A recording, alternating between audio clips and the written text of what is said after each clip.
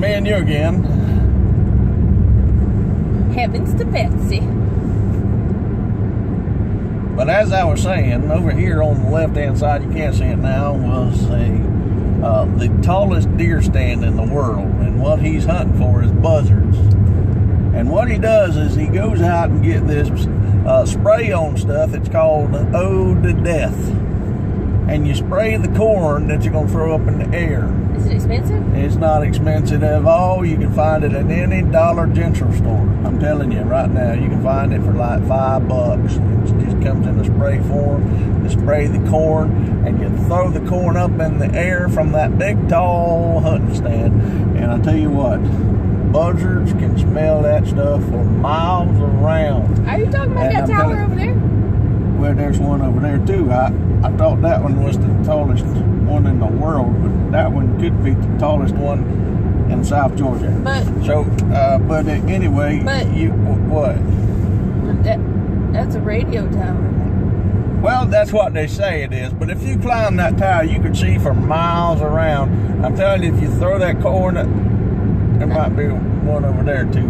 No. But anyway, if you throw that corn up with that spray on it, the buzzards can smell it for miles around. But that's a radio tower.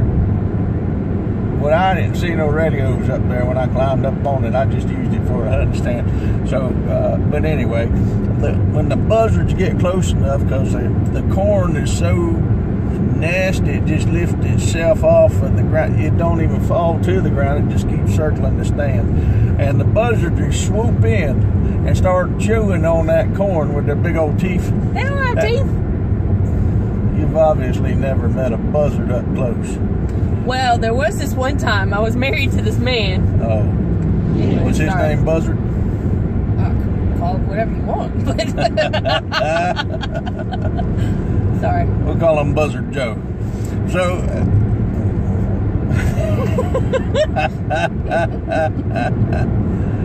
so what's I forgot what I was talking about.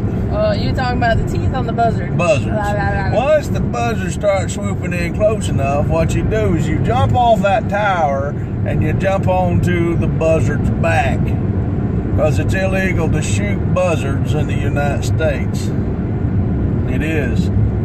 Wait. They're protected. How tall is said deer stand? No more than 100, 150 foot. I mean, it's just, it ain't that tall, but you could probably get hurt if you miss the buzzard. Well, I'm thinking, like, I'm a big person. Well, buzzards are not that big. They're not pterodactyls. Well, no, they're buzzards. Once you land on that buzzard's back, you're just gonna go straight to the ground. That's where the fun comes in. Fun? Yeah. It's fun riding the buzzard down. What you got to remember is always take a parachute when you go buzzard hunting. No. Just in case you missed the buzzard. But no. What do you mean? That's not enough land to air ratio to get that parachute open enough to land you softly on the ground. But it'll cover you up once you hit the ground. See, you don't want no ugliness shining. So what's that gonna do? Well, to cover you up and keep you warm till the paramedics get there. So, who's gonna call the paramedics?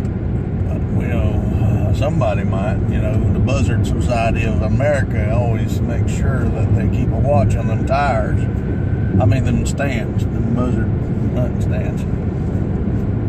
So, what you looking for? I'm looking for that Buzzard Society of America you're talking about. Well, at the bottom of the stand, they're watching for the hunters to jump and catch the buzzard. What?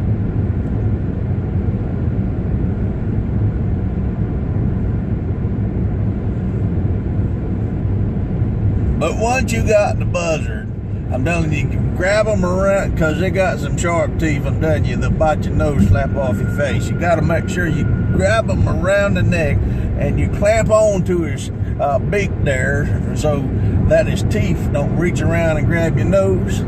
and then you are holding on. Yeah, teeth are grabbing around. I'm telling you, the beak, it turns so fast you don't know what hit you. Okay. But the beak, I'm telling you, you gotta hold it shut. Don't let them open. It's like a gator. They can't open their mouths real good, but they can sure shut them. Anyway, once you grab a hold of the buzzard around the neck and by the beak, you hold on for dear life. Don't let him go.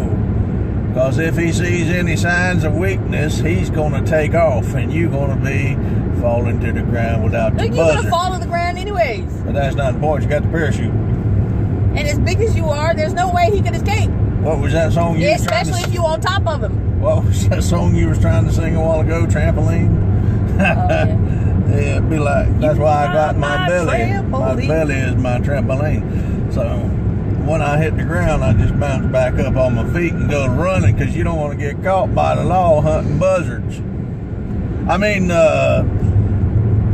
people, the paparazzi will try to take pictures of you while you're hunting buzzards. So you want to jump up and run with that buzzard as quickly as you can. Because we have so much paparazzi That's in right. South Georgia. You know, we're famous. The Buzzard Hunting Club of America is famous. And it's almost as famous as Smokey the Bear.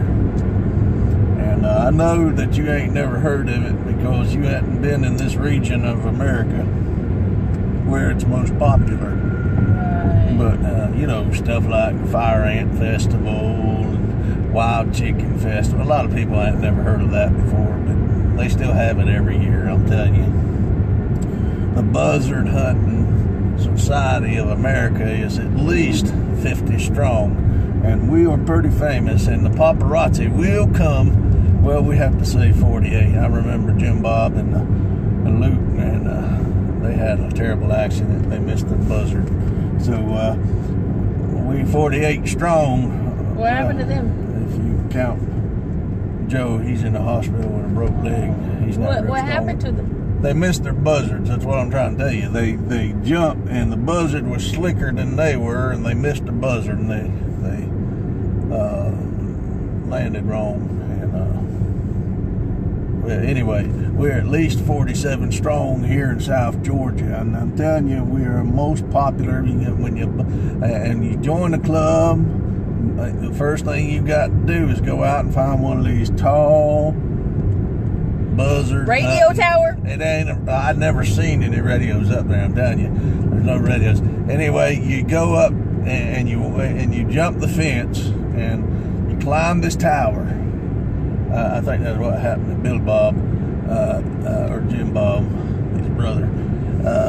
He landed on the fence. But anyway, you climb this tower, and the first thing you do, you make sure that parachute is ready to open. Don't pull the string too soon, because what happened to me one time, I'm gonna tell you, back a few years back, I was buzzard hunting, and I accidentally pulled the string too soon, and the chute came open, and it just happened to be a terrible windy day, and I got off track. But I went flying about 20 miles. And That's not possible. Once the wind caught my parachute, I landed up 20 miles the other side. It's not possible. What do you mean it's not? You're making stuff up now. I've been making stuff up the whole time. Why are you just starting now? The 20 miles the other side of Cordele, I ended up in somebody's farm property, and instead of getting a buzzard that day, I ended up with a brand new cow. Yes, sir. She was a little thing. Oh Lord, that's a bad. Look at that one. That one don't even have a fence around it. I'm telling you, folks, that is prime climbing right there. Tower. Look, there is no radio. Oh, it's got some tower. lights on it, but it ain't got no radios on it.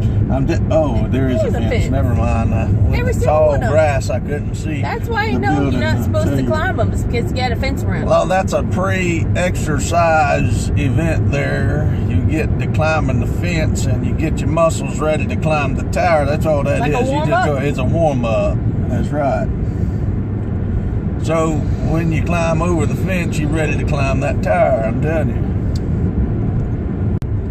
That's a smaller version of it. See, it don't have a fence yet, though. Tree climbing. See, there's a big one over there. Look, I think I see a buzzard. There's nobody manning that one. Oh, you better hurry. Would you drive them over there? And I've left my parachute at home, but you can catch me. I'm not that heavy. And if I land on top of you and the buzzard, what prize do I get? You get the prize of killing all of us. I don't want to kill the buzzard. Until it's time to fry. If you kill them too early, they stink. And I'm telling you, it just ain't a pretty sight. This is the boys you really got to worry about. And they got the military trucks over here. And but ex-military trucks. They're fire trucks right now. They got and a recycling trucks. Too. What's that? They got a little radio tower too. Yeah, you don't want to climb that one though. But this concludes my tutorial on how to catch the South Georgia buzzard from the #1 member of the South Georgia Buzzard Society. We are 47 and a half strong, and we hope that you like this tutorial, and that you share it with all your friends, and you come out and join us when we climb these taller than life buzzard stands. Have a good evening. I don't think we chop their heads off, but it might be a good idea so they don't bite us. Don't do it. Don't chop their heads off. No, don't join. Well, somebody's going to have to join. It's not a good idea, there won't be people. nobody there. We need to continue on with this club. I'm telling you. No! Right now. We had fun. Y'all keep it real. We'll talk to you later. God bless. God bless.